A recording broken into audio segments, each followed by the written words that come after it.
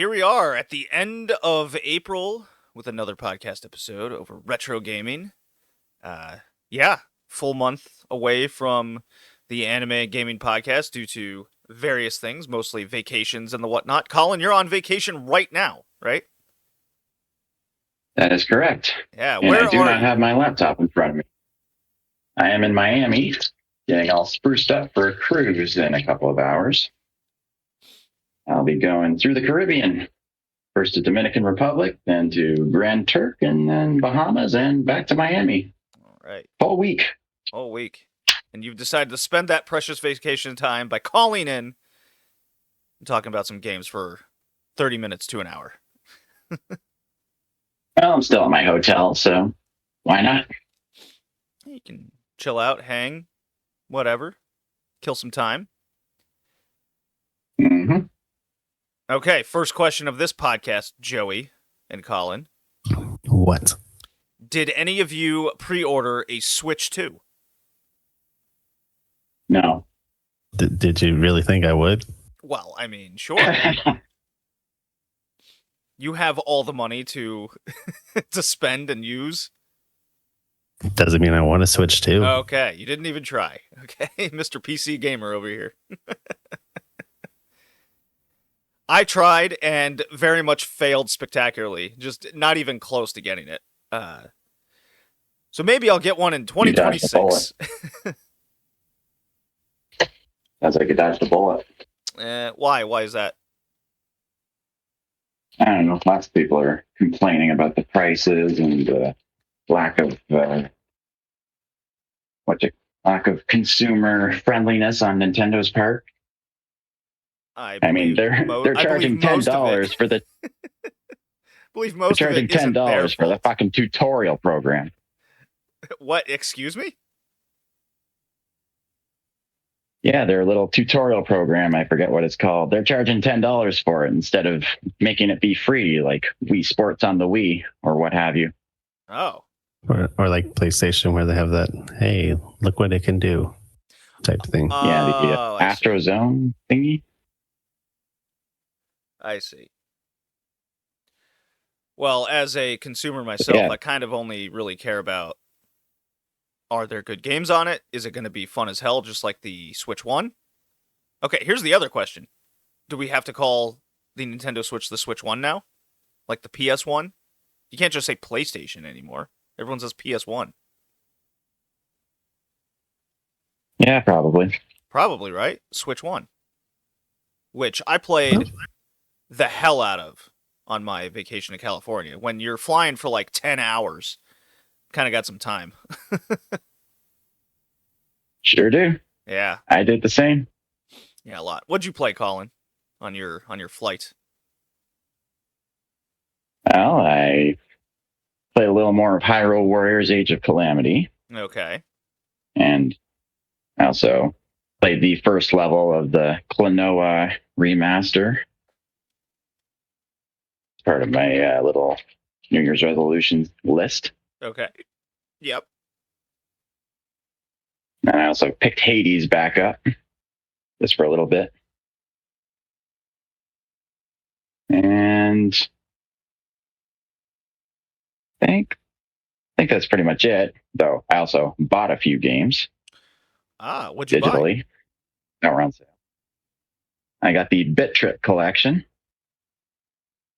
And Bit Trip collection? Yeah, like Bit Trip Runner and all. No, Bit Trip Beat and all that. I don't know. Joey, do you know? Oh. Seems to be sort of a cult classic series. Oh. No. I mean, hell, Bit Trip Runner actually made an appearance in Super Meat Boy as a playable character. Bit Trip. So that kind of got my attention. I am not familiar with these at all. Me either. Huh. I'm only tangentially familiar, honestly. Okay. And I also picked up an indie game called Pepper Grinder. Pepper Grinder. I gotta look this up. Yeah. It's a game where the main mechanic is, it's like 2D pixel art style, and the main mechanic is that you have a drill that you drill through porous rock materials to collect gemstones and such, and also traverse the environment. Played the demo and it was really fun. Isn't there a game called like Dig Dug or something? It's like that. Nah, this is a lot different. As if. Okay. But yeah, Pepper Grinder is really fun. I'll probably be playing more of that. I also... Oh, I forgot to mention, I finally beat Vengeful Guardian Moonrider. Did you now? Yeah, so you can cross that off my resolution list. Okay, how long did that take you? Total, I think maybe 6 hours. 6 hours, okay. Done. Cool. Meanwhile, I'm marking Joey down for beating Elden Ring twice. Yeah. Just between... So, Joey, you told me 38 and a half hours, right? Something like that, yeah. Yeah, so just on completing Elden Ring alone, you're at 113 and a half hours. Yeah. Into 2025. If I continue with my magic user, I might beat it a third time. Oh my god. That's going to be funny come year end. All right, so the games I beat was Elden Ring again, and Elden Ring a third time. Yeah, because I really don't think I'm going to beat Last of Us Part 2. Okay, so I got you marked down for an hour at that point. What, have you even picked it up since? Nah. I have not. It's like me with God of War. I picked it up once, and I'm like, I gotta play these other games. I'm only an hour into God of War, so I'm right there with you. Or maybe I'm 2 hours. Something like that. All right, you were saying, Colin. Another one of the games I picked up is Rogue Flight. It's supposed to be something of a tribute to Star Fox 64. Okay. So I'm looking forward to playing that.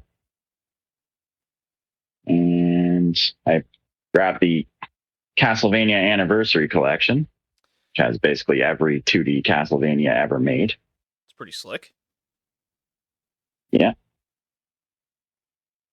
And I think that's everything. Let's see. I just played like a slew of games on the flight. I just kept switching between them because the just easiness of the Switch and my retro handhelds completely beat one of the games on the podcast we're going to talk about today, because it is my theme pick, which is Game Boy Color exclusives. I'm really into either weird consoles or handhelds this year. I've made that, I think, pretty clear, especially with my Wonder Swan episode. It's my prior pick.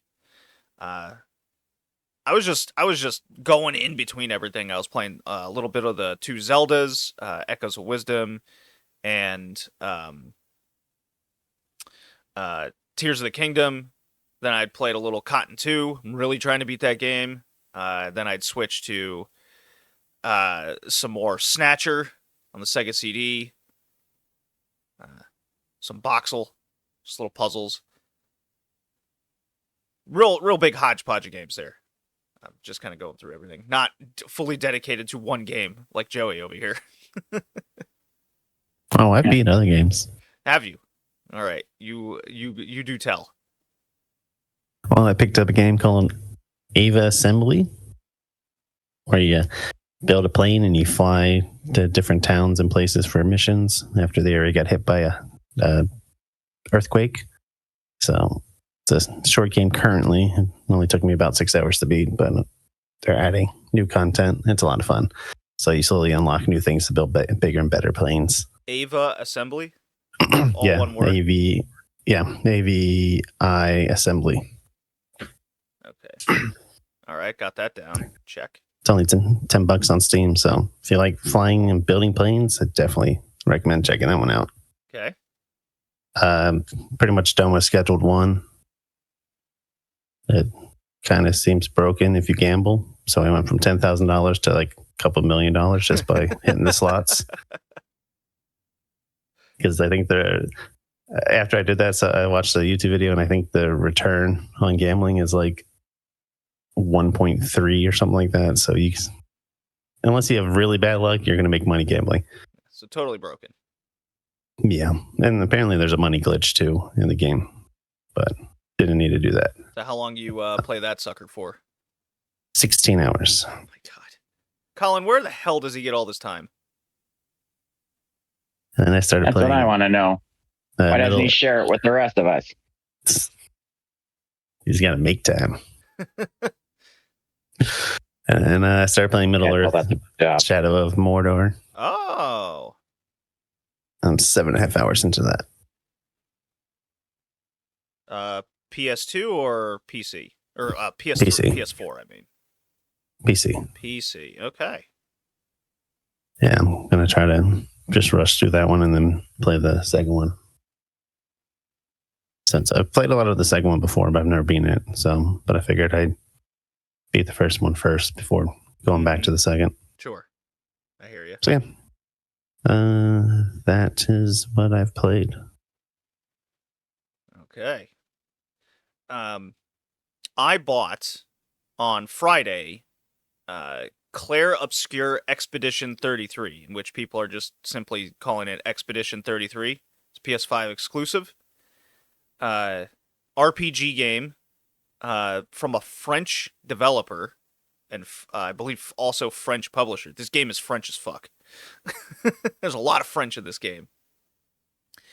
Ask me if I'm playing it in French with English subtitles.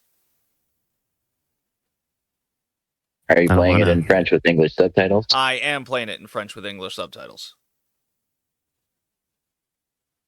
Gee, who could have guessed? Yeah, who would have guessed? Well, I think it like sounds better without all the British actors.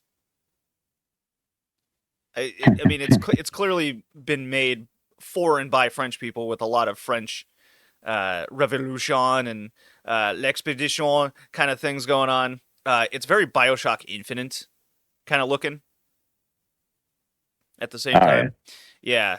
There's a terminology for that in French, where it's just this like sort of pseudo classical French look. I can't remember it right now, but that's basically what the game encompasses, and very cool RPG mechanics in the game.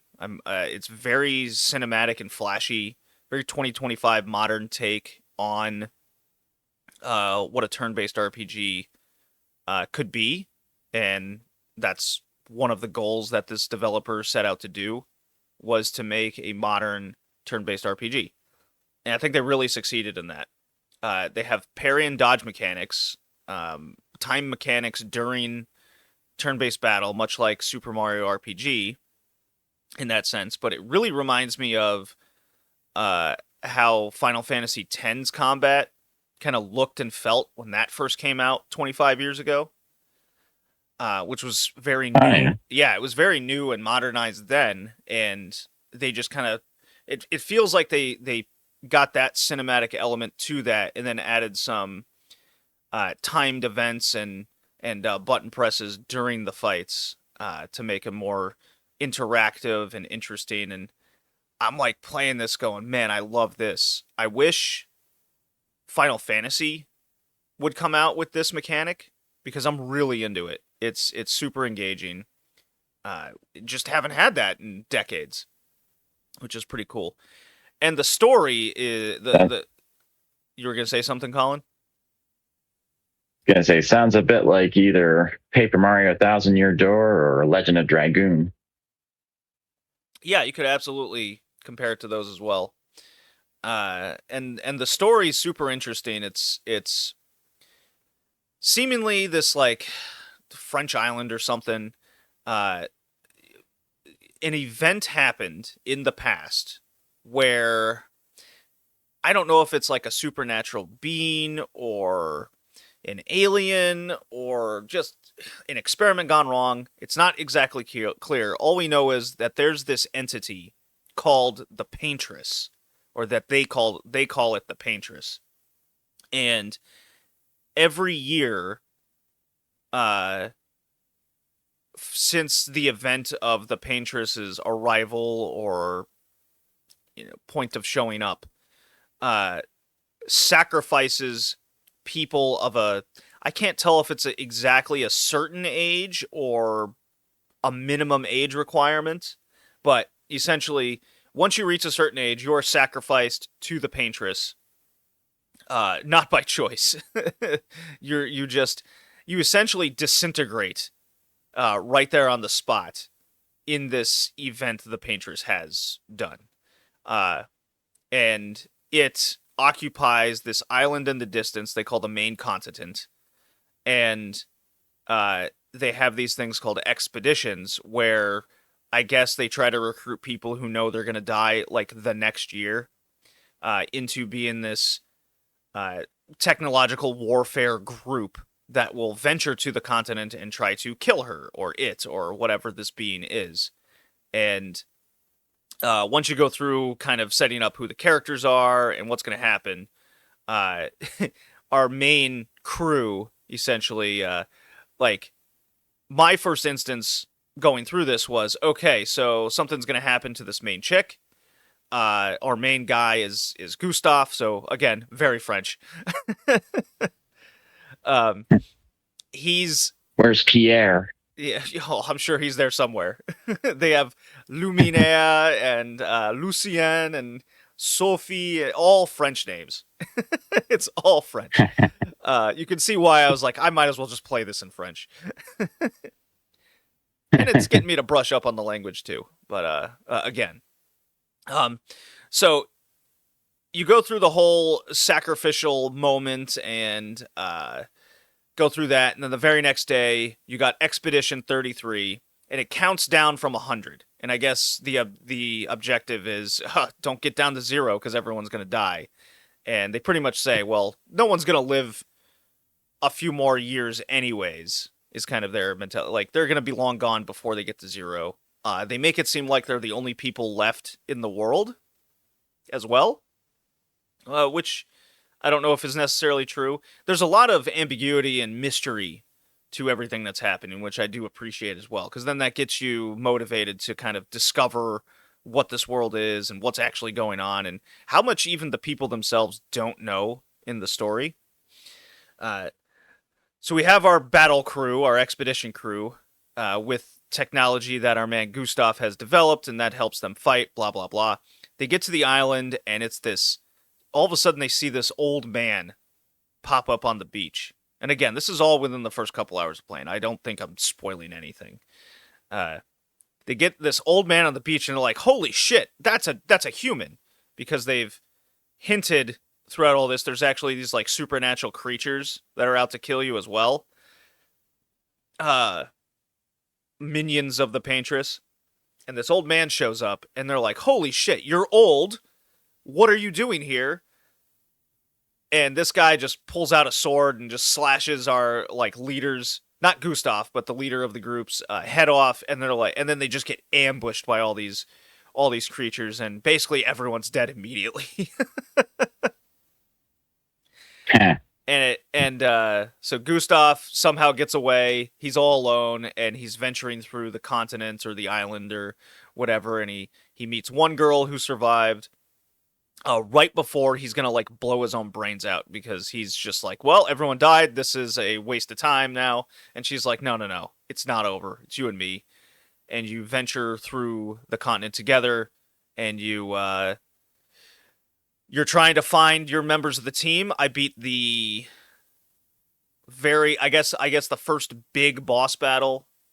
Beat that through. It took me a couple hours. And now possibly one of your like adopted daughters or something who joined the expedition with you is still alive, and there's a cryptic message saying, hey, you have to go here. And it switches between this like super beautiful 3D environment that you can go through, and then on the main map area, it's like this simplistic PS2 top-down map, traveling region, with still the boss battles, but less detailed and everything. You'd have to, I guess, look up pictures of it.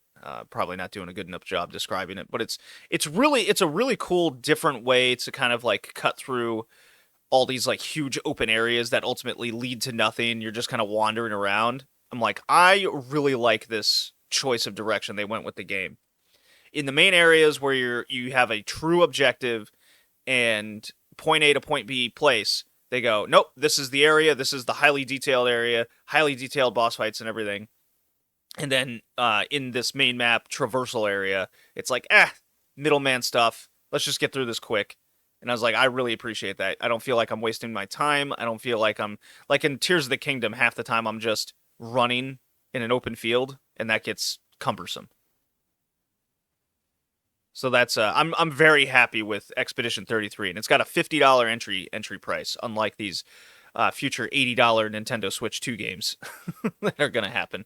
It'll be what? That's like $100 for you, Colin, right? Yeah, I think so. Oh God, That's can't imagine what Australia is gonna go through. Poor bastards. Mm-hmm. Is the game very grindy, or is it just some light grinding to get to be able to beat bosses? I haven't had to grind for 1 second. I've literally just gone fight to fight. I might check it out. Yeah. Different modes to increase difficulty. A lot of it's involved with... It feels as easy / difficult as Super Mario RPG, because so much of it is based on the turn-based mechanics of dodging and parrying. If you have the dodge or parry mechanic down, you may get hit once or twice.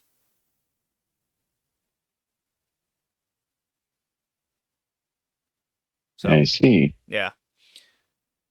Very cool. I'm really enjoying this. This is a slam dunk game for me this year. Now I'm gonna be really struggling. It's like, do I play more Expedition 33 or do I try to pull out my hair in Black Myth Wukong some more? So that's what I'm up to. I was super excited for this podcast today just to like talk about this game because it's brand new, it's fresh, new perspective, and it's got a lot of mechanics that is just truly a breath of fresh air to me. Nice. All right, my OBS is indeed working. You guys were not checking in on me as much as I asked. All right, should I play the drop and we talk about our games? You don't tell us what to do. Yeah. I'm going to play the drop. We can talk about our 2 games for the podcast today. Here we go.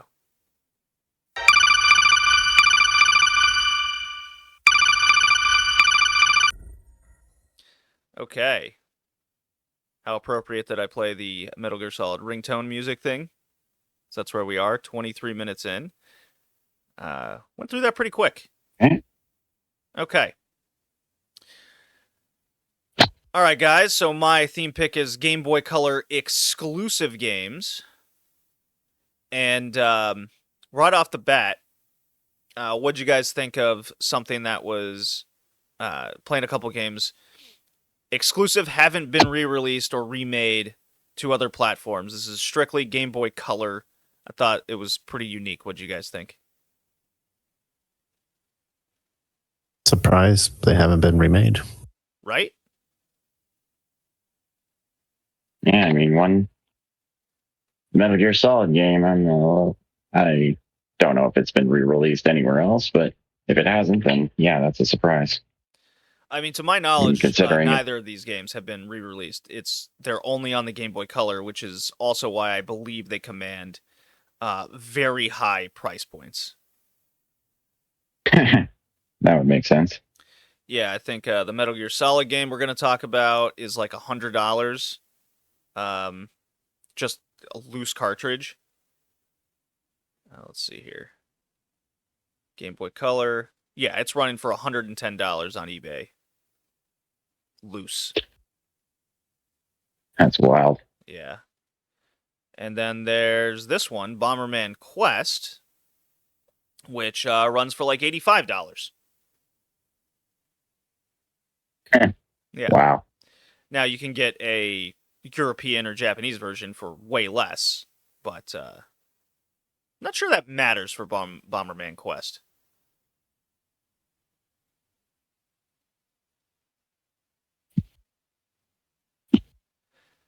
So the funny thing is, before we keep going, funny thing was I was kind of refreshing my memory of the couple games this morning. I was just like, I'll just watch some couple YouTube videos reviewing the game, see if they have any thoughts I had forgotten about or what have you, and click on this random Metal Gear Solid one.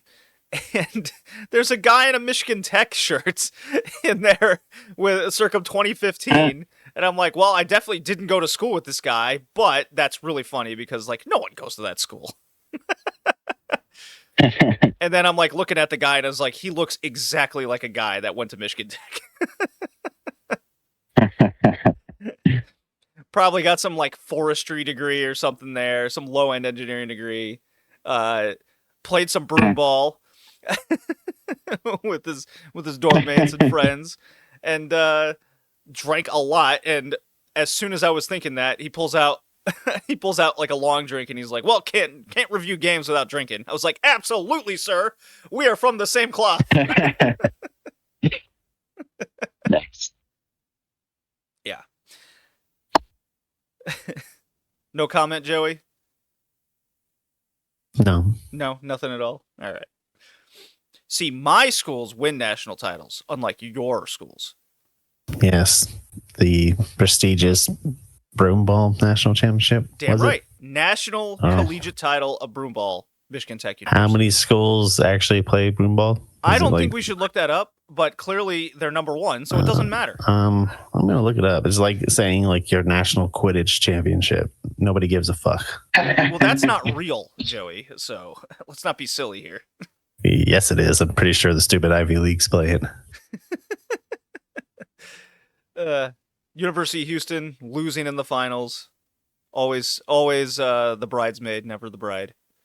But Michigan Tech, they're the guy in the background getting drunk happily at the wedding, not worried about that stuff.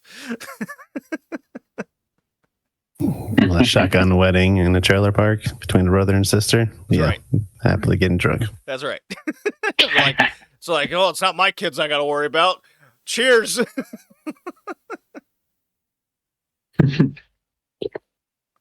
Okay. So our first game here is Bomberman Quest, an action RPG. When you guys threw this on, because we're all familiar with Bomberman, the normal games. But there's two games on the Game Boy Color. There's Bomberman Quest and Pocket Bomberman. And ultimately I chose this one because this one looked so unique in the Bomberman universe. How it's like a weak Zelda game with bomb mechanics throughout. I was like, we gotta at least try this thing. It's so bizarre. Jay, I just need to stop talking about games right now. I read about your broomball team. Uh-huh. They had 5 practices before they won the national title. That is it. You see, Joey, we play broomball all winter long, which is like 8 months in Upper Michigan, let's be honest. So you just get the best of the best together. You get 5 practices and boom, national champions. That's how talented they are at this prestigious sport of broomball.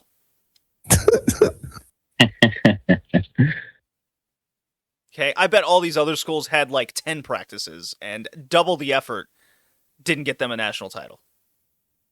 I bet they even drank less beer, which is obviously not putting in enough effort.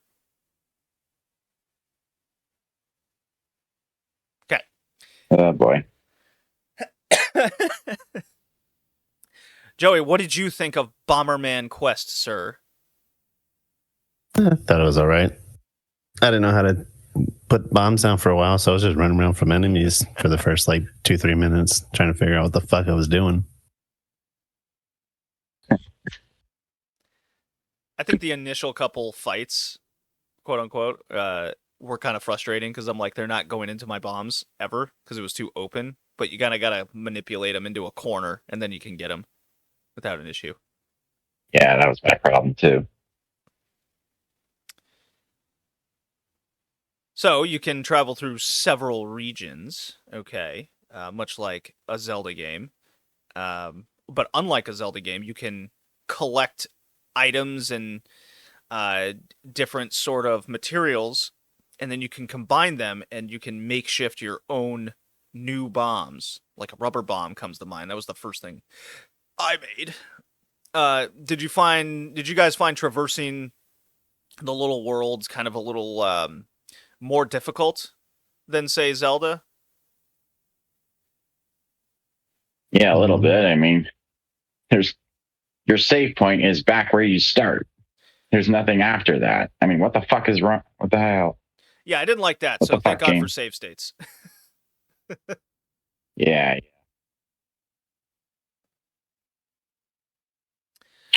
I thought the view of the world was like too zoomed in. Like everything was too big.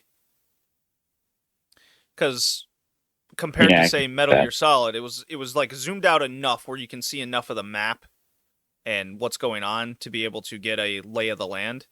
Bomberman Quest, it was just so hyper focused on like one or two enemies at a time, to the point where I guess there was just too much detail going on in certain areas where you'd get a lot of slowdown. Yeah, I can see that. I liked how when the monsters dropped things that you can more or less collect them, and that's how you can upgrade your skills. I did like that. It encourages you to kind of defeat everything on the screen at a time. Thanks. Now, it is really short. It is a Game Boy Color game, after all. You can beat this sucker in like 4 hours. Maybe 3, if you kind of know what you're doing. I played a couple hours, just kind of screwing around a bit. Didn't really feel like it was necessary to like add to my game tracker or truly do anything more than that. I mean, I enjoyed it, but compared to, say, Pocket Bomberman, which I directly played next to this, I think Pocket Bomberman was the superior game. I think this was still pretty okay, though.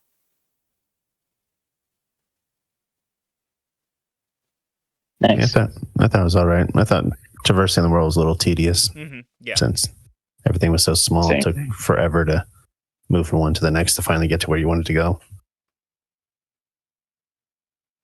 Yeah, for a while I was wondering, is there a fucking sprint button?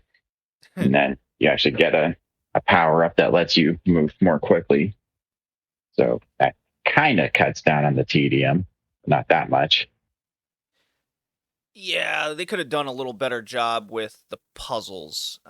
Nothing was difficult per se, or even challenging to figure out. It all kind of like ran into each other. Oh, you get these like weighted boots at one point, and that gets you to get through an area that's, I guess, earthquakey or something, and that helps. Very much a kid's game. For sure. Okay. Light pass for me, but not something I'm going to go back to. Yeah, I'll pass it. Yeah, soft pass.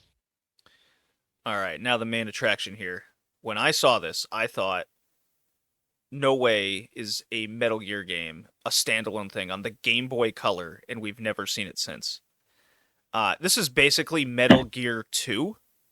I initially read this as the sequel to the PS1 Metal Gear because this game came out in 2000.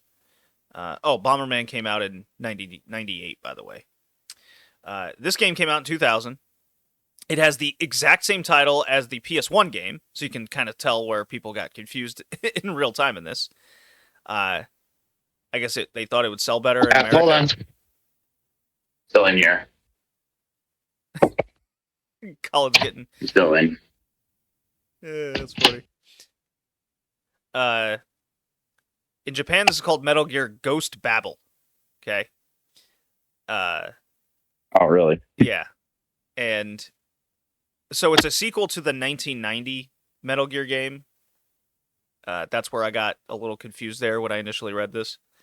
Very much top-down, 2D perspective. got your Game Boy Color elements. A lot of details, a lot of subtle details with utilizing like lines on the sprites, so you can actually tell which way the guards are looking and everything. Long intro to this fucking thing. Yes. Okay. That was my main gripe. It's like 20 minutes before you can even start playing. Oh yeah, it's it's a trek. It goes through everything. That's typical Metal Gear fare, really. Yeah, it's very much like Metal Gear and Kojima himself. You get your intro, then you're finally on the map. You're like, yes, I can play. And then you get the radio call. You're like, son of a bitch. Yeah, and it's another 10 minutes of the radio calls. Hey, this is McBride. Hey, this is Mei Ling. It's like, oh my god, I get it. I know you people. Okay, yes, I got your codec. I can also look this up. You must get to the fortress in this African nation in which they stole Metal Gear from a plane over South America. We can't have this dictatorship, possibly with nuclear capabilities. Snake, you must go in, infiltrate, and destroy Metal Gear. I'm like, okay, I got it. All right. 30 minutes later, I can finally play through the forest, and I got through the forest in like 3 minutes. Like, okay, that was level 1. I initially had a little trouble trying to figure out how to access like the weapons, and it took me a while to figure out how to like get them to duck in the bushes and all kinds of different things. Everything is utilized with like the select button. That's what you got to do. And yeah. Um, that was really annoying. Yeah, I was trying to map different controls, but because the whole game is mapped through the select button, I kind of didn't have a choice there. I was like, oh, maybe I can like shortcut this stuff. Didn't really figure out a good way to do that. Yeah. Joey, when you did get to play, what'd you think? That was all right. You just run through mazes, punching guards to knock them out. It's a simple game. Mm-hmm. I think, are there bosses? Because I never played that far. See if there's any bosses. I mean, yeah. It's more like a puzzle, if anything. I guess that's indicative of most Metal Gear. Like, each boss fight has a puzzle in order to defeat them, and then once you do that, it's pretty simplistic. You know, the one that comes to mind is always the memory card boss in the first game, where it's like, Psycho Mantis. Yeah, Psycho Mantis.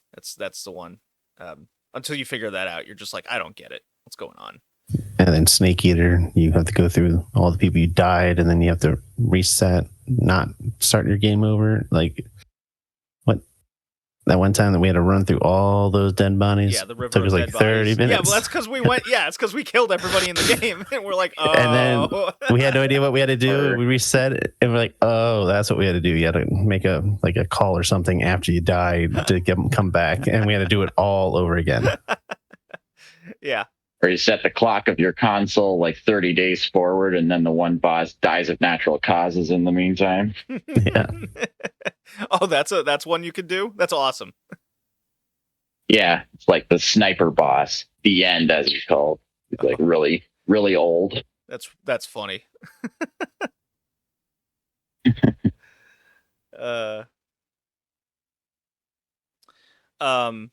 They have a cool little stage select in this. Like, if you want to go back and play a stage, you can just go stage select and do that. So that's fun. Yeah, I mean, there's some pretty cool boss fights in this. Let's see. I remember a flamethrower chick, which was pretty cool. Basically, you have to kind of just go through this like maze and get behind her so you can shoot the fuel pack. It's on her back there.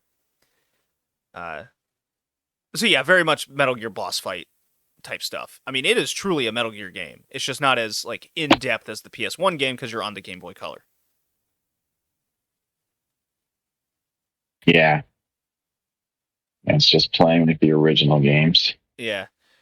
Because it's on Nintendo, I found it funny that there was a decent amount of censorship in the game.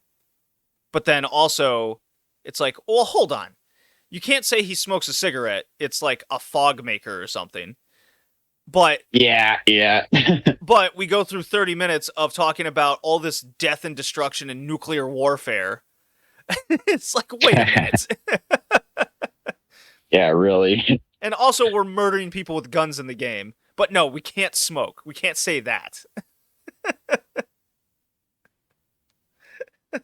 It's very, just like very strange. just like the animated version of JoJo. Okay. Anybody remember that? No, I don't. It's in the episodes where it's in Stardust Crusaders where Jotaro's playing poker with that dude. Okay. I don't And remember then this. he lights up a cigarette, but it's like all blacked out because TV censorship says you can't show a minor smoking. Oh. even though you would not know that Jotaro is 15 years old just by looking at him. Oh yeah, everyone in JoJo looks like they're in their 30s. Yeah. And jacked as shit. Yeah. Yeah. I thought this game played flawlessly too. Never any slowdown. Lots of like intricate sprite details. Like a completely different experience than playing Bomberman Quest. Like this is when Konami made good games. Can you believe that? My two main gripes is the long intro and the hella loud text sound whenever something is, I guess, when they're talking. I think they could have turned that down a bit. Oh, okay. Yeah. All right. I mean, like Colin said, this is that the long intro and thing is very Kojima and dialogue heavy. I do wish there was a skip button. That would have been nice. Yep, and I complain about it every time we play one of these games. Yeah. Nah, it's certainly warranted. I really wish a lot of these games would have a skip button. You're just like, okay, I get it. Like, can we just go on? I did turn on the auto text feature at one point. So once I got to one of those sections, I just kind of put it down and like played on my phone a little bit because I'm like, okay, Kojima, I get it, but I don't care right now.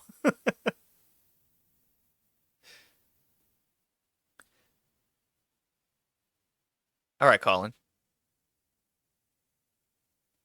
What are your final thoughts on Metal Gear Ghost Babel?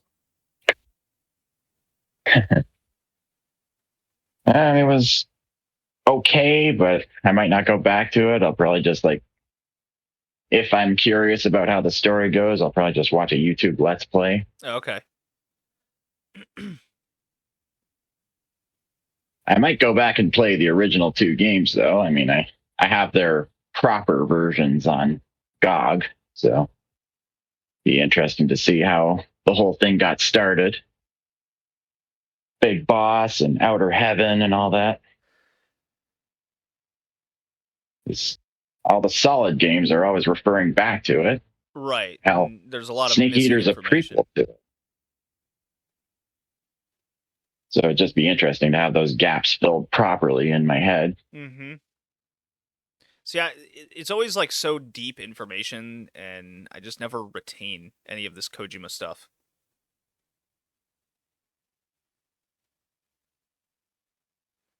Yeah, there's a lot to remember. Yeah. I mean, my final thought over this is, for a Game Boy Color game and a Metal Gear game, I thought this was phenomenal. I'm definitely going to complete this game. I only have like an hour or two left. So this was a pleasant surprise. A part of me thought there no way this was going to be any good. I thought it was just going to be this like really toned down version, but much like how we played Metroid 2 on the Game Boy, it's like, yes, this is a Metroid game. Yes, this is a Metal Gear game. I was very very happy with what I got. So this is an easy pass for me. Yeah, pass it. Thanks. Yeah, I'll pass. Okay. Let me check on OBS. Still working. Hooray. Okay. You can beat this game in about 8-ish hours, it seems. And that makes sense because I'm like 6 in. Okay. Our two games were Bomberman Quest. Most of that is cutscenes. At least 30 minutes just at the start. Yeah, 2 games were Bomberman Quest and Metal Gear Solid Ghost of Babel Game Boy Color exclusive games. Joey, favorite and least favorite, and your tiers. Metal Gear favorite. Tiers, I'll give Bomberman a C. Metal Gear, I'm gonna give it a B. The intro is dragging it down. Okay. How about yourself, Colin? Mine's the exact same. The same. 2 weeks in a row, I have the exact same opinion as Joey. 2 weeks in a row, you have good opinions. Oh man. Okay. I guess I'm gonna be the bad guy here. Bomberman Quest. I do agree with a C, but Metal Gear Solid. I'm going S. I think. Really? Yes, and my deep reasoning is deep reasoning. What a pretentious thing to say. My reasoning is they set out to make a Metal Gear game on handheld, and they could have easily made like a 2 to 3 hour game, and people would have been satisfied. I think they went above and beyond. The performance was there, with the limitations of 2 buttons plus a select and start button. I thought the stealth was good enough. I thought the pick up and play aspect was great, because that's exactly what I was doing on and off the plane, in and out of visiting California and everything. The boss fights were not overly difficult or cumbersome. I felt everything had a purpose. Yes, it was very much Metal Gear with a lot of the cutscenes and a very deep story. I feel like if it didn't have that, it would have felt less like a Metal Gear game and more kind of just chopped into something quick. But I think they should have gone lighter because it is a handheld. It's Game Boy Color, has limited battery. So do you really want to waste someone's time in the beginning for 20 minutes when you could have just sped it up a little bit, cut it down to 10 minutes, still have your long intro, but have a Game Boy Color length long intro?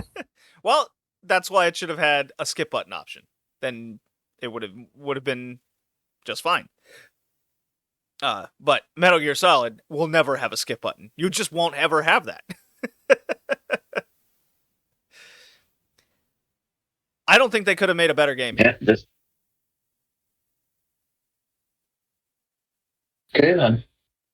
So that gives Bomberman Quest a C and bumps up Metal Gear Solid to an A rating. I think that's my first S rating in forever. Let's see. God of War 2, which was September last year, was our last S rating from anybody. Figure. And before we leave, Joe, I have one last question. I meant to ask you this earlier. So, are you going to get the Oblivion remake? No. Are you interested in it? No, I've seen some things on it. It seems like they left a lot of bugs in. Uh-oh. And yeah, that's what I've noticed too. Yeah, like a lot of them are in there. So you can start off with 100% stealth right off the bat. You can get 100 lock picking in under 3 minutes. Like there's a lot of things that they didn't fix. So no, I'm not spending $50 for slightly upgraded graphics to a 15-year-old game. No, I don't care. Oblivion? Oh, that's more than 15 years old now, right? It's got to be like 15? I don't know when it came out. Let's see. That game came out in 2006. Okay. Well, it's getting on 20 years old. Yeah. So, no, I mean, I played the original when it came out. I just don't really care enough to play the rest. So, maybe when Elder Scrolls 6 finally comes out, but yeah, I have no interest. Okay. Yeah, because I was wondering if you were interested in doing this, because they just came out with the Morrowind remake not too long ago, didn't they? I guess, but I don't know if they remade it. I mean, it was re-released on Steam for sure. We played it. They definitely have like a remaster, right?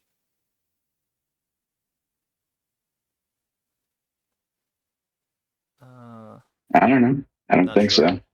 There was a Rebirth, I think. Okay, because that was the one you really liked, right? Morrowind? Oblivion was the one that I played a lot in Okay. I had 2006. Yeah. Yeah. I had a very pale white sneaky guy. A very pale white sneaky guy. But I don't feel like buying the game again. I played the shit out of it. I'm done with it. 20 years. The funniest thing I saw were comments that the game isn't old enough to be remade. And I'm like, bro, it's like 20 years old. Yes, it is. And that's kind of that mentality of if it's after the year 2000, people still don't see it as retro, even though 20, almost 30 years, we're approaching 30 years pretty soon. That generation is past. Yeah. But I think if they put more into it and actually fix some of the bugs, maybe it would have. And they would have to add more stuff. I don't really care much about remasters. Fair enough. Yeah. It has to be like super different or a game that's just like isn't attainable for me to be interested, which like Mario RPG. The game is stupid expensive on the Super Nintendo. Not a lot of people have a Super Nintendo anymore. It hasn't ever been re-released, and you can mostly only get it in Japan. Yes, so it is. I'm like, great. Oh, it's remastered anyway. Right. And I'm like, great, I will get that on the Switch, and I played it. And it was great. But in this case, you can still get like Oblivion in a lot of different forms. So that does it for this episode. OBS didn't crash this entire time, unlike my anime podcast, where it seemingly does that every episode now. Success. Maybe it doesn't like going outside the continent. I guess so. Colin, you got the next theme pick. I don't know if you remember what you chose, but we're kind of on that topic now. You do? Okay, what is it?